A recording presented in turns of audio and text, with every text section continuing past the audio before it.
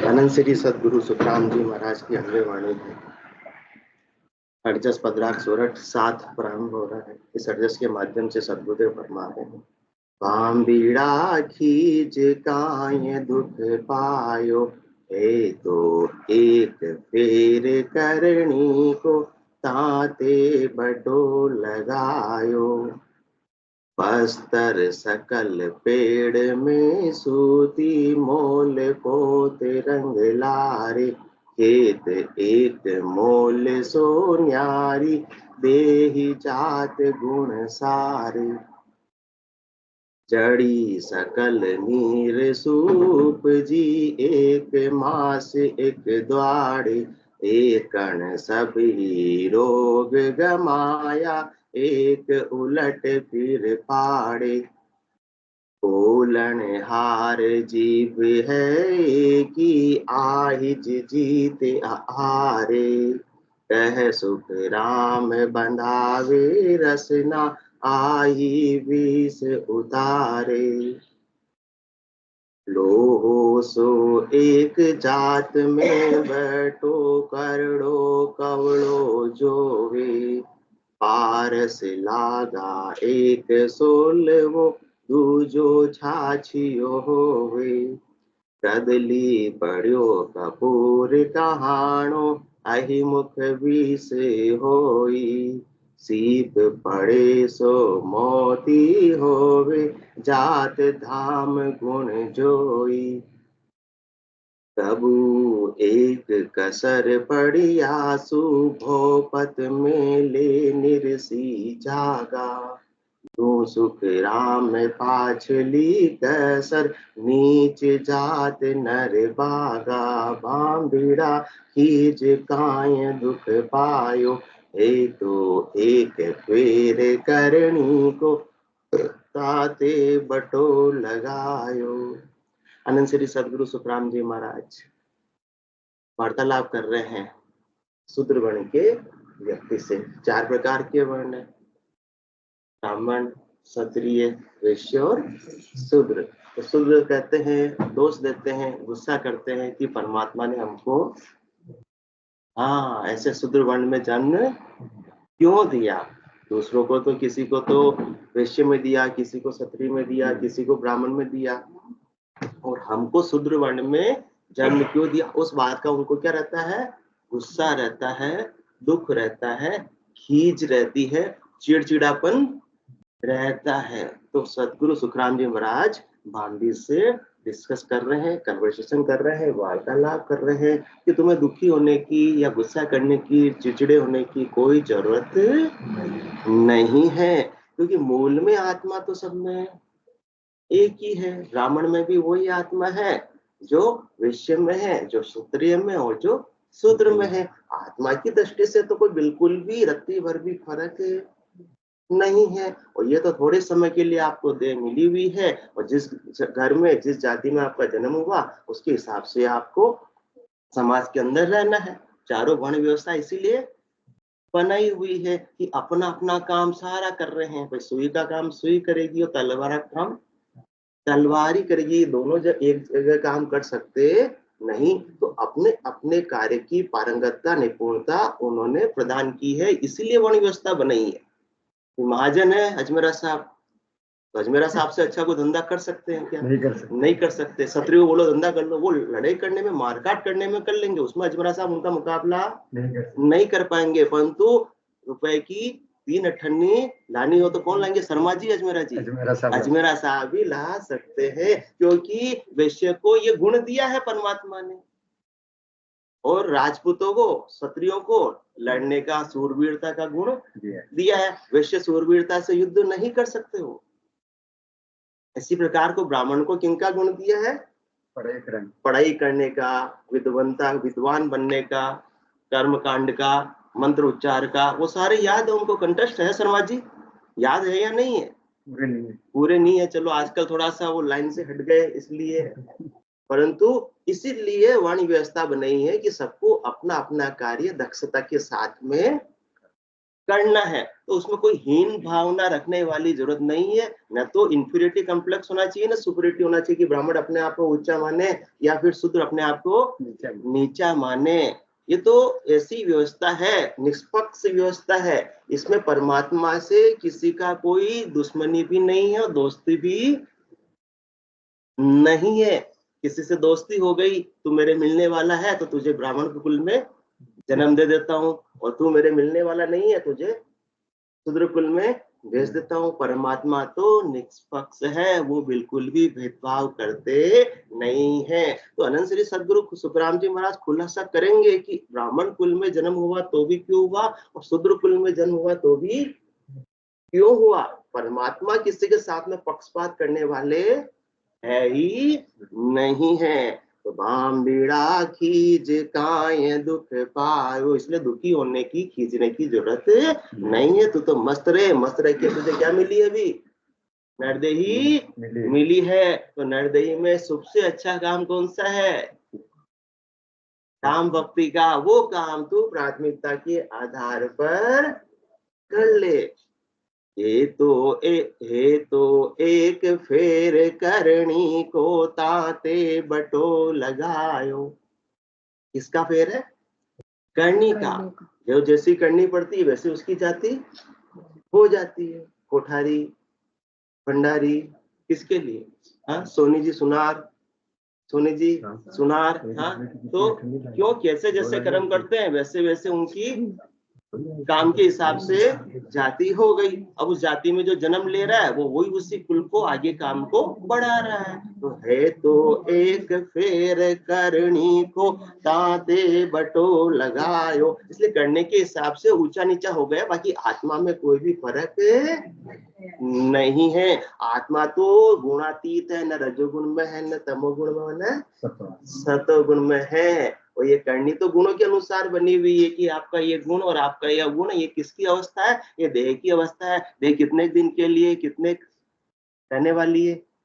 ये जन्म मिल रहा है शूद्र में, और फिर आपकी आज की जैसी करनी होगी वापस से आपको वैसा जन्म मिल जाएगा। आज आपकी करनी है भक्ति की, तो सारे कर्म कट जाएंगे, और जब सारे कर्म कट गए तो कर्म ही नहीं बाकी रहे, तो उसका ऋण बदला लेने और देने के लिए देह धर के आने की जब आवश्यकता ही नहीं पड़ेगी। तो सब करनी का फेर है। तो अभी आज अपन करनी क्या कर ले हुए, ऐसी भक्ति की करनी कर ले हुए जिससे सदा सदा के लिए केवल पद आनंद पद में आत्मा अवस्थित हो जावे। फिर आना ही नहीं पड़ेगा, तो देखना ही नहीं पड़ेगा कि कौन सी जाति में, कौन से धर्म में, कौन से संप्रदाय में अपना जन्म होगा। मूल पर काम करो, आने की जरूरत ही नहीं पड़ेगी। तो नहीं पड़ेगी तो अभी मनुष्य जन्म क्या है, अपने को जंक्शन मिला हुआ है, जैसा चाहे वहां का टिकट हटा सकते हैं। स्वतंत्र काया है, जैसे चाहे वहां की करनी कर सकते हैं। और हर क्रिया की क्या होती है, प्रतिक्रिया होती ही होती है। क्यों, कोई भी करनी बेकार नहीं जाती है। तो है तो एक फेर करनी को ताते बटो लगायो। करनी का फेर है, करनी भी कौन सी, पिछले जन्म की करनी का फेर है, इसलिए बट्टा लग गया है। क्योंकि हम लिखते हैं अपना भाग्य स्वयं पर, समय बीत जब जाता है खुद का ही लिखा ना पढ़ पाते, अक्सर धुंधला पड़ जाता है। हम करते जाते कर्म, या आज खींच रहे, आज दुखी हो रहे हैं, पिछले जन्म की तो याद ही नहीं है। हम करते जाते कर्म, यहाँ फल पीछे पीछे आता है। पुरुषार्थ काल चक्र में पक्कर प्रारब्ध अटल बन जाता है। पक्की पकाई चीज कठोर हो जाती है ना, प्रारब्ध अब उसको कोई मिटा नहीं सकता। फिर जिस कुल में जन्म होना वो तो होके रहेगा। परंतु आज मनुष्य देह मिली तो आज आपकी स्वतंत्र काया की आगे की व्यवस्था आप कर सकते हो। शुभ कर्म कर स्वर्गा जावे, अशुभ किया 84। कह सुखराम भक्ति कर केवल परम धाम जन जासी। हम लिखते हैं अपना भाग्य स्वयं पर, समय बीत जब जाता है खुद का ही लिखा ना पढ़ पाते। खुद का लिखा हुआ तो हैंड राइटिंग समझ में आती, खुद का ही लिखा ना पढ़ पाते, पर अक्सर धुंधला पड़ जाता है। हम करते जाते कर्म यहाँ और फल पीछे पीछे आता है। पुरुषार्थ काल चक्र में पककर प्रारब्ध अटल बन जाता है। लिखी तुम्ही ने आत्मकथा, मत कहो लेख विधाता का। बच पुरुषार्थ शरणम गच्छामि, बच पुरुषार्थ शरणम गच्छामि। पहले प्रारब्ध रचा, पीछे रचा शरीर। इसलिए आपका शरीर कहाँ देना है, वो किसके अनुसार, आपके प्रारब्ध के अनुसार। प्रारब्ध कैसे बना, आपके कर्मों के अनुसार। प्रारब्ध क्या है, जो भी अपने कर्म में वो संचित होते जाते हैं, और इस जन्म में जो अपने को भोगने और भुगतने के लिए मिलते हैं वो अपने प्रारब्ध है। बाकी संचित कर्म तो अनेक है, नदी में रेत के कणों की गिनती भले ही संभव हो जावे, परंतु अपने इस आत्मा के साथ में कितने कर्म संचित है उसकी गिनती संभव नहीं है। अभी तो थोड़े से अपने को मिले हुए हैं, थोड़े से परसेंट मिले हुए इस देह में, जिसमें भी अपन कहते हैं हम तो इतने दुखी हो गए, दुखी सुखी, दुखी सुखी होते हैं। हम तो इतने दुखी, हम तो इतने दुखी, और मिले ही नहीं है। अभी भारी दुख तो आना बाकी है। कौन सा, दो जक दुख जमकी मारा, जन्म मरण दुख भारी, लख 84 वार न पारा। 84 लाख जीवा जोड़ में जब होंगे नर दही के अलावा दही में, तो लख 84 वार न पारा। भुगते गो जुग चारी, 4 जुगों तक ऐसे दुखों को भुगतना है, तो सहन शक्ति है? तो लगे रहो ये घोड़े और ये मैदान, किसमें लगे रहो, घर की गांगरत गयो जमारो। सुबह उठते ही कहाँ चले जाओ, फैक्ट्री, दुकान नहीं। आज तो संडे, आज विजय वर्गीय साहब आए हमारे, हाँ 7 बजे रोज फैक्ट्री जाते हैं। हाँ, सुबह उठते कहाँ चले जाओ, फैक्ट्री। और रात को कितने बजे आओ, 8 बजे आओ। फिर खाना वाना खाओ और सो जाओ। दूसरे दिन सुबह उठकर फिर चले जाओ। तो घर की गांगरत गयो जमारो, पूरा मनक जमारा तो इसी में गंवा दिया। कर्मों को काटने के लिए मिली थी कि वापस से दे धर के नहीं आना पड़े। रोज कर्म उपाने का ही उपाय कर रहे हैं। समझदार है या नादान? आंटी जी नादान है। तो सदगुरुदेव बुद्धि पर विवेक जागृत कर रहे हैं कि ऐसा काम करो जिससे इस जन्म के तो ठीक, अनंत जन्म के जो संचित कर्म है वो सारे समाप्त हो जाए। जन्म जन्म का खाता चूके हो ये मन राम सनेही रे, रामदास सतगुरु के शरणे जन्म सफल कर ले रे। आपको दुकान फैक्ट्री नहीं छुड़ा रहे हैं, आप करना है जो करो, जितनी बजे जाना है जाओ, परंतु सदगुरु के ज्ञान की शरण साथ में ले लो। रामदास सतगुरु के शरण जन्म सफल कर ले रे। वही जन्म सफल हुआ, इन्हीं दिशावर सब संताया, मानव देही पाई, सदगुरु हाट रामदन बिनजा, देखो सफल कमाई। सदगुरु देव ने भी बाजार लगा रखा है, दुकान लगा रखी है। उनकी दुकान पर जाकर व्यापार कर लो तो ये नर्तन की कमाई सफल हो जाएगी, आत्मा की कमाई सफल हो जाएगी। बाकी रोज 7 बजे से 8 बजे तक कमाई कर रहे हैं, अच्छी बात है, पर सब परिवार वालों के लिए अपन छोड़कर चले जाएंगे। अपने हाथ कुछ भी मिलने वाला नहीं। 2 रोटी सुबह 2 रोटी शाम, इससे ज्यादा खा सकते या खा सकते नहीं खा सकते हैं। तो फिर अपने हाथ क्या लगा, ये तो कौन सी मजदूरी हुई, गधा मजदूरी हुई। तो समझदारी का सौदा है या नादानी का?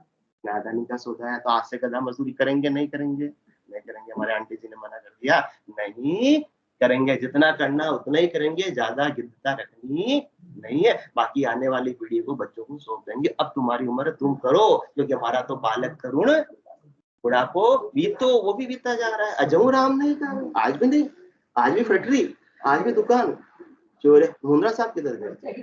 दुकान गए। अच्छा, संडे को भी जाते हैं, गोदाम पे गए। हाँ, 84 फिर नतन पायो चाम सोनी जावे। ये 84 लाख जीवा जोड़ फिरने के बाद में अपने को ये सुनहरा अवसर मिला हुआ है। लख 84 भुगतर आयो पायो मनक जमारो, करुणा सुनकर कारज की जो मैं प्रभु दास तुम्हारो। ऐसे सदगुरु का ज्ञान प्राप्त होगा तो बुद्धि पर वेग जागृत होगा कि मेरा अब तक का आयु अवधि तो ऐसे ही सूता जन्म मोलक बीते जाग्या जब पिस्ताओ, जीवड़ो पड़ियो जंजाला माही, सपने जन्म ठगाओ। स्वप्नवत चीजों के लिए इस कीमती हीरे के समान जो नर्तन मिला हुआ, इसको अपन कांच की कोड़ियों की हटे भाकर चले जा रहे हैं। एक की बात नहीं, अपन सब एक ही थैली के चट्टे बट्टे हैं, सब यही काम कर रहे हैं। तो आगे की व्यवस्था कर लो। आज जो हुआ, आज तो प्रारब्ध के हिसाब से शरीर के अंदर भी क्या आ रही है, बीमारियां आ रही है। किसके हिसाब क्यों आ रही है? क्योंकि प्रारब्ध के अनुसार आ रही है। किसी को हष्टपुष्ट शरीर मिला, किसी को रोगी शरीर मिला, कोई कुरूप बना और कोई सुंदर बना हुआ है। तो इतराने की जरूरत नहीं है। आज की करनी के हिसाब से फिर आगे वापस मिलने वाला है। इसलिए अपन कहते हैं उसने मुझे दुख दिया, उसने मुझे दुख दिया। कोई किसी को दुख नहीं देता है। रामचरितमानस में भी बोले लखन मधुर मृदुबानी, ज्ञान विराग भगति रस सानी, काहू न को सुख दुख कर दाता, निज कृत कर्म भोग सब भ्राता। जेठानी जी बैठे हैं, देवरानी जी बैठे हैं। यदि किसी ने सुख दिया है तो मत समझना कि जेठानी ने सुख दिया है, नहीं। वो दुख दिया है तो भी मत समझना कि दुख दिया है। इनके हाथ की बात ही नहीं है दुख सुख देना, कोई दे ही नहीं सकता। ये तो अपनी ही चिट्ठी अपन पढ़ रहे हैं, परंतु अपने को ध्यान नहीं है। अच्छा, राम की आपके भी बैठे हैं। अरे काहू न को सुख दुख कर दाता, निज कृत कर्म भोग सब भ्राता। आज शरीर के अंदर बीमारी भी आ रही है, तो भी अपने पुराने कर्मों को ही अपन भोग रहे हैं। किसी के कुछ भी खावे सब सूट हो जाता है, और किसी को थोड़ा सा खावे जिसमें भी गैस बन जाती है। तो किसके लिए? निज कृत, हमारे बहुत बनती है, निज कृत कर्म भोग सब भ्राता, धरनी धाम धनुपुर परिवार। सबको मजा आ गया। धरनी धाम धनुपुर परिवारो, स्वर्ग नरक जहाँ लगी व्यवहारो। किसी को तो बहुत बड़े बड़े खेत है, बहुत बड़े बड़े खेत है, फार्म हाउस बना रखे हैं। और किसी के लिए मेरे को भी छोटा सा ही मकान है, गिनती का स्क्वायर फीट में, किस गज में। आपके अहमदाबाद में क्या करता है, वार में चलता है। धरनी धाम धनुपुर परिवारो, स्वर्ग नरक जहाँ लगी व्यवहारो। किसी तो बहुत सारा सुख है, जैसे स्वर्ग का आनंद यही आ रहा। किसी के रोज घर के अंदर क्या रहता है, हाँ कलेश रहता है, तो वो नरक में ही रह रहे हैं। अब किसकी वजह से रह रहा है? सब अपने अपने कर्मों की वजह से रह रहा है। तो जो हुआ उसको तो अपन हो गया, परंतु आज कर्मों को काटने का तरीका सदगुरुदेव बता रहे हैं।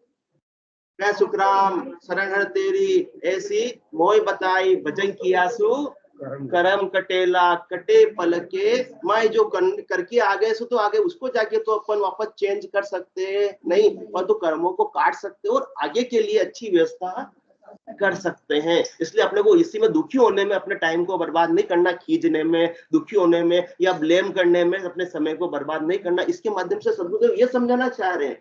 अपन भी तो खींचते, परमात्मा आपने मेरे साथ ये, हाँ ये कर दिया, वो कर दिया। उसके तो 3 मंजिला मकान, मेरे 1 मंजिला मकान। उसके तो अलमारी में 100 साड़ियां, मेरा तो 10-20 ही है। उसका भी दुख हो जाता है। खींच होती नहीं होती? किसी को नया सेट लेके आ गए और अपने नहीं है, तो 1 साल से मुझे तो दिलाया भी नहीं, खींच हो जाती है, दुखी हो जाती है। तो भामबीड़ा कौन है? ये अपन ही है सारे। भामबीड़ा खींच का ये दुख पायो, हे तो फेर फेर करनी को दांते बटो लगायो। सदगुरुदेव संसार का उदाहरण देकर अपने को समझा रहे हैं क्यों ऐसा है। बस्तर सकल पेड़ में सूती, मोल पोत रंग लारे, खेत एक मोल सो न्यारी, देहि जात गुण सारे। तो खेत के अंदर क्या उगती है? कपास, कॉटन। एक ही खेत में उगी है, एक ही खेत की, दूसरे खेत की बात ही नहीं कर रहे हैं। एक रामलाल के खेत की कपास उगी हुई है, वो खेत की कपास कहाँ चली गई? फैक्ट्री के अंदर चली गई, और उसका क्या बन गया? कपास का सूती यार्न बन गया, धागा बन गया। अब उसकी जैसे वीविंग होगी, जैसे रेट पे होंगे, कोई 150 ग्राम की क्वालिटी है, कोई 250 ग्राम की क्वालिटी है, तो उसके हिसाब से, और कोई कैसा कलर, कोई इसका काला कलर है, कोई इसका पीला कलर, कोई सफेद कलर है, तो उसका जो पोत है, मतलब कितना भारी है, कैसी उसकी फील है, कैसा उसका कलर है, उसके अनुसार उसकी क्या हो जाती है? रेट हो जाती है। कोई 200 रुपए मीटर भी और कोई 1000 रुपए मीटर भी है। कपास तो एक ही है और एक ही खेत की है, फिर भी इतना फर्क क्यों आ गया? इसी प्रकार से मूल में आत्मा तो एक ही है, उसमें कोई फर्क नहीं था, परंतु बहिरंग फिर करने के अनुसार से अपना सारा परिवर्तन हो गया। अब कोई कपड़ा पोती उसका हल्का है तो रेट ज्यादा कैसे मिलेगी? मिलने वाली नहीं है। तो अलग अलग पोत है, अलग अलग रंग है, तो अलग अलग उसका मोल है। इसी प्रकार से ब्राह्मण, क्षत्रिय, वैश्य और शूद्र बने, बाकी मूल में आत्मा तो एक ही है, उसमें कोई फेरसार वाली बात नहीं है। मूल को देखोगे कपास, तो वो तो सब में एक ही है। तो अपनी अपनी करनी है, जैसी अपनी योग्यता हुई, जैसा अपन कार्य कर रहे हैं वैसा अपने को उसका फल मिल जाता है। जड़ी सकल नीर सु उपजी, एक मास एक डाड़े, एकण सब ही रोग गमाया, एक उलट फिर पाड़े। सारी जड़ी होती है, कहाँ लगती है? जमीन में लगती है। और उगती कैसे? उसको पानी से, पानी से सींचना पड़ता है या पानी लेती है, उससे सारी जड़ी बनती है। अब एक जड़ी तो है जो रोग को काट देती है, और एक जड़ी जो पता नहीं है, खा लिया तो उल्टा, हाँ नॉलेज नहीं होता है तो भी टेस्ट करो, और तो कड़वी थी और शरीर के अंदर रिएक्शन हो जाता है। अब जड़ी जड़ी तो फिर एक ही जमीन से है, एक ही पानी पर, उसकी सबकी कुदरत, सबका काम अलग अलग है। तो जो, और जड़ी जड़ी भी, रोग भी मिटाने वाली जड़ी भी है, तो एक रोग में जो काम आएगी वो दूसरे रोग में नहीं आएगी। अलग अलग रोग में अलग अलग जड़ी देनी पड़ेगी, और अलग अलग उसका लेने का तरीका भी होगा। भाई दस्त लग रही है तो इससे बोल की भूसी ले लो, किसके साथ लो? दही के साथ लो, दूध के साथ लोगे तो और ज्यादा दस्त लग जाएगी है। तो वो ये सब गोल परंतु उपसा संग का फर्क हो गया, संग दोष हो गया। दही का संग किया तो उसने अलग काम किया, और दूध का संग किया तो उसने अलग काम किया। मूल में तो ये सब गोल एक ही है। मूल में तो आत्मा एक ही है। कौन सा संग किया, किस जाति में जन्म लिया, कौन सी करने की, उसके हिसाब से उसकी वैल्यू हो गई। इसमें परमात्मा का दोष है कि परमात्मा को आज तक अपन देते जा रहे हैं, ब्लेम करते जा रहे हैं, ऐसा क्यों किया, ऐसा क्यों किया, ऐसा क्यों किया। आपको सब पता है कि ईश्वर के बिना पत्ता ही नहीं हिलता जी। पत्ता ईश्वर की मर्जी से ही सब अपन काम कर रहे हैं, बाकी कैसे कर रहे हैं? हाँ, ईश्वर की प्रेरणा से कर रहे हैं अपन काम, परंतु नर्तन के अंदर ही अपन स्वतंत्र काया में, बाकी सारी तो याचनिक काया है और जाचनिक काया है। नर्तन स्वतंत्र है। लिख दिया तो किसान सब काम कर।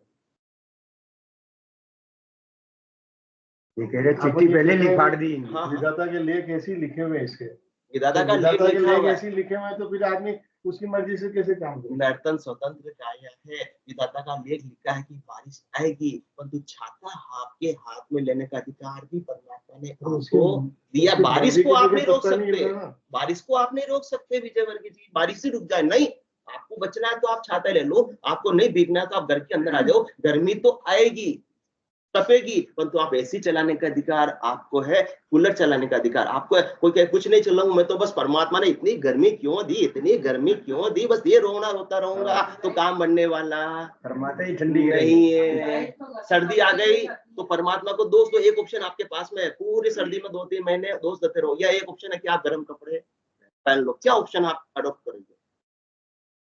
नहीं, कौन सा करोगे? बताओ ना, बताओ ना। कर्म के लेखे तो परमात्मा लिखता, कर्म के लेखे तो भी सर्दी आई, मेरे प्रारब्ध खराब थे, फुट्टे जो सर्दी आई, ये रोना रोते रहेंगे या गर्म कपड़े पहन लेंगे? ज्यादा लगती, मैं तो टोपा पहनता हूँ, मुझे ठंड ज्यादा लगती, टोपा भी पहन लेता हूँ। या परमात्मा को दोष दो, क्या करना पड़ेगा? तो स्वतंत्र काया है ना, यही तो अधिकाई है जो पशु योनि से अपने को सर्वश्रेष्ठ बनाती है कि नर्तन स्वतंत्र काया है। इसमें जैसा चाहे अपना अपना आगे के लिए भाग्य लिख सकते हैं। वो कर्मों से ही कर्मों को बदलने की ताकत भी इसी नरदेही के अंदर है। बाकी सब भोग योनि है, ये कर्मों को बस भोगना ही भोगना है, सहना ही सहना, कुछ नहीं कहना। परंतु नर्तन स्वतंत्र काया है, इसलिए तो सद्गुरुदेव नर्तन को इतना महत्व दे रहे हैं कि नर और नारी भी इस देह के माध्यम से भजन करके अपने कर्मों को सुधार सकते हैं। बिगड़ी जन्म अनेक के सुधरी अभी आज, होए राम का नाम जब तुलसी तज कु समाज। आपको बुखार आ गई, नहीं मेरे तो प्रारब्ध में, हॉस्पिटल किसके लिए बनाए? हॉस्पिटल जाएंगे या कर्मों का रोना रोएंगे? जाएंगे या नहीं जाएंगे? नहीं, मैंने तो बस प्रारंभ में लिखा था, मैं तो बुखार के लिए कभी डॉक्टर पैरासिटामोल नहीं लूंगा, बस आनी जो आ गई। ऐसा तो नहीं करते या किया अभी तक? ज्यादा दर्द होता है तो हॉस्पिटल जाते नहीं जाते? सही है, तो फिर आपको कर्म करने का अधिकार है, कर्म करने का अधिकार है आपको। स्वतंत्र काया परमात्मा ने फल दी कौन सा हुई मिलेगा है वो उनका? और फल देना उनके हाथ की बात है। जितना अपना अधिकार से उतना कर लो, फिर परमात्मा की इच्छा है। परमात्मा ने आपके हाथों की लकीरें जरूर बनाई, पर उस पर रंग भरने का अधिकार आपको दिया उन्होंने, रंग भरकर नहीं दिया। आप जैसा चाहो वैसा रंग भरो, काला बढ़ना है या सुनहरा बढ़ना आपके हाथ की बात है। क्योंकि मनुष्य देह में परमात्मा ने सबसे ज्यादा क्या दी है? बुद्धि दी है। इसलिए आप बुद्धि पर विवेक जागृत कौन करते हैं? सदगुरुदेव करते हैं। इनके ज्ञान के बिना तो अपन सत्संग में भक्ति में भी लगे ही नहीं थे। सेविया तो खूब थी, बातें खूब करती थी, परंतु किसकी? संसार की। वो यो की दो थूक की दो थारो, बाता सुहाता कर कोयो मुंगो मनक जमारो। और जब सदगुरु का ज्ञान मिलता है तब मालूम पड़ता है कि अपने को क्या करना था और क्या कर रहे हैं। तो जड़ी सकल नीर सु उपजी, एक मास एक दाड़े, एकण सब ही रोग गमाया, एक उलट फिर पाड़े। कोई तो एक्शन कर जाएगी, कोई रिएक्शन कर जाएगी। सबका अलग अलग गुण धर्म है, अपना अलग अलग करनी है। तो एक काम से होने वाला नहीं है। बाकी मूल में जड़ी एक ही है। मूल से उन्होंने पानी से और जमीन से ही निपजी है।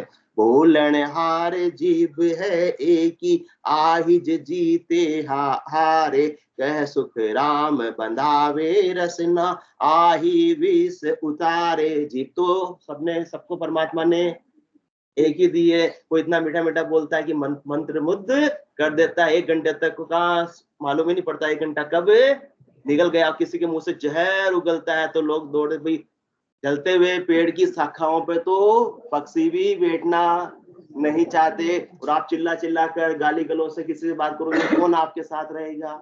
और ये प्यार से बात करोगे तो सबको आप बांध लोगे। प्रेम से सब पर विजय प्राप्त की जा सकती है, लड़ाई झगड़े से नहीं की जा सकती है। तो एक वही जिव्या है जो आपको हरा देती है और वही जिव्या आपको जिता देती है। अब इसका उपयोग कैसे करना है? हाँ, लगाओगे बुद्धि या नहीं लगाओगे? लगाओगे। आप स्वतंत्र हो इसके लिए, मीठा बोलने के लिए भी स्वतंत्र हो और कड़वा बोलने के लिए भी स्वतंत्र हो।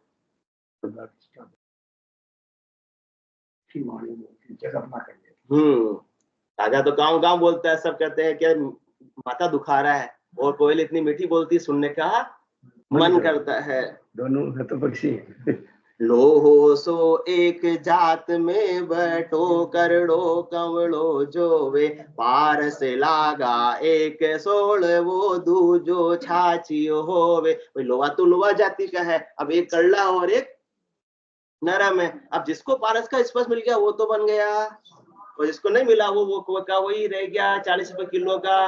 और जिसको सोना, अब तो वो पहले 40-50 हजार तोले बोलते थे, अब तो 1 लाख रुपए की बात करनी पड़ेगी, और वैल्यू बढ़ गई है। तो वो अब किसका ना दोष यहाँ में ना दोष वहां में। सुन भाई, ये तो विधि मिला है कारज ऊंच नीच के माँ। जिसको सदगुरु ज्ञान मिल गया, सदगुरु विधि मिल गई, वो आत्मा तो परमात्मा ही बन गई, परमात्मा के देश की वासी बन गई। ऐसा अपने को पारस पत्थर मिल गया। कौन सा? ये सदगुरु के ज्ञान का। अपन तो कूद धातु है, लोहे हैं जिनको बार बार जन्म मरण का जंग लगता है, परंतु जिनको ऐसा ज्ञान मिल गया वो तो 16वें सोने में परिवर्तित हो गए। अब वो वापस जन्म मरण में नहीं आएंगे, वापस उन पर काट कर्मों की लगेगी नहीं। और जो जिन्होंने संग नहीं किया, हाजिर होते हुए भी ज्ञान को, कॉलोनी के अंदर होते हुए भी कितने साल सोचते रह गए थे? 10 साल सोचते रह गए, जाएंगे जाएंगे जाएंगे। तो फिर तू जो छाछियो होवे, कदली पड़ो कपूर कहाणो, अहि मुख विष होई। अब देखो विजय वर्गीय साहब अकेले आ जाते हैं, भाभी जी नहीं आते तो नहीं आते। क्यों? क्योंकि पार से लागा एक सोल वो दूजो छाछियो होई। घर पे जाके बता देना। कदली पड़ो कपूर कहाणो, अहि मुख विष होई। सीप पड़े, मुझसे लड़ने आ जाएंगे मत था ना। सीप पड़े सो मोती होवे, छात धाम गुण जोई। संग का कितना फर्क पड़ता है? स्वाति नक्षत्र की बूंद तो एक ही है। अब वो केले में पड़ गई तो कपूर बन गई, सांप के मुंह पे पड़ गई तो जहर बन गई, और सीप में पड़ गई तो मोती बन गई। इसी प्रकार से आत्मा तो एक ही है। वो क्षत्रिय के कुल में जन्म हो गई, वैश्य के कुल में जन्म हो गई, और शूद्र के कुल में जन्म हो गई, या ब्राह्मण के कुल में जन्म हो गई, बस उसका फर्क हो गया, मूल के अंदर तो एक ही है। अब इसमें किसकी गलती? हाँ, स्वयं की गलती है। अब नहीं कहेंगे कि हमारे जेठानी जी हमको दुख देते हैं, नहीं बोलेंगे। आप जेठानी जी भी नहीं बोलेंगे देवरानी जी दुख देते हैं। जेठानी जी देवरानी जी दुख देते हैं, वो ज्यादा देते हैं। हाँ, वो ज्यादा देते हैं। तो अब देख लो गलती किसकी, मूल में जाओ। सदगुरुदेव कह रहे मूल में जाओ। कर्म की। हाँ, सब कर्मों की है। कबू एक कसर पड़ी आंसू, अब क्यों हो रही वो लास्ट के अंदर बता रहे, समय भी हो गया। कबू एक कसर पड़ी आंसू, अजमेरा जी, आंटी जी, बस लास्ट आके सुन लीजिए। कबू एक कसर पड़ी आंसू, भोपत मेले निरसी जागा, यूं सुख राम पाछली कसर, नीच जात नर भागा। जिस प्रकार से राजा का राज्य होता था, राजा के यहाँ गलती कर दी तो राजा गुस्सा खा के क्या कर देता था, देश निकाला कर देता, काले पानी की सजा दे दी, या फिर ट्रांसफर ऐसी जगह कर दिया कि जाओ जंगल के अंदर, वहां जाकर हमारी नौकरी करो। ऐसी जगह ट्रांसफर कर दिया अपने को जहां कुछ सुविधाएं नहीं है। इसी प्रकार से परमात्मा कौन है? भूपत है, राजा है, और अपने कर्मों के अनुसार उन्होंने अपनी अपनी पोस्टिंग करवा दी। किसी को ब्राह्मण कुल में, और किसी को शूद्र कुल में, किसी को क्षत्रिय में, किसी को वैश्य में। अब जिसके पिछले जन्म के जैसे कर्म थे उनको फिर निरसी जगह भेज दिया। जो पसंद किसी को आती नहीं, डीप में गांव के अंदर कौन नौकरी करना चाहता है? करना चाहता नहीं है। तो इस प्रकार से निरसी जगह किसके वजह से? अपने ही कर्मों की वजह से अपने को भेजा जाता है। और वो भेज दिया जो भेज दिया, वो पिछली कसर की वजह से भेजा, परंतु आज वो कसर तुम मत रखना। यूं सुख राम पाछली कसर, नहीं जात नर बागा। तो आज तो अपने को क्या करनी है? सारे कर्म अपने समाप्त हो जावे, और इससे अपने को सदगुरु का ज्ञान प्राप्त हो रहा है। सदगुरु विधि से साधना करके जितने भी कर्म उसको काट कर जीते जी केवल पदानंद पद के वासी बन जावे, फिर वापस दे दर की आने की आवश्यकता नहीं। तो चिंता की भी बात नहीं कि कौन से जाति में, वर्ण में अपना जन्म होगा। बोलो राम सदगुरु देव जी महाराज ने धन्य हो परम दयाल सदगुरु सुखराम जी महाराज ने धन्य हो। अनंत श्री सदगुरु सुखराम जी महाराज के ज्ञान स्वरूप भगवान ने धन्य हो केवली प्रफुल्लता में धन्य हो जीवा तारण जहाज में धन्य हो मोक्ष के मार्ग में धन्य हो अनंत कोटि संतान में धन्य हो। नाम सभा में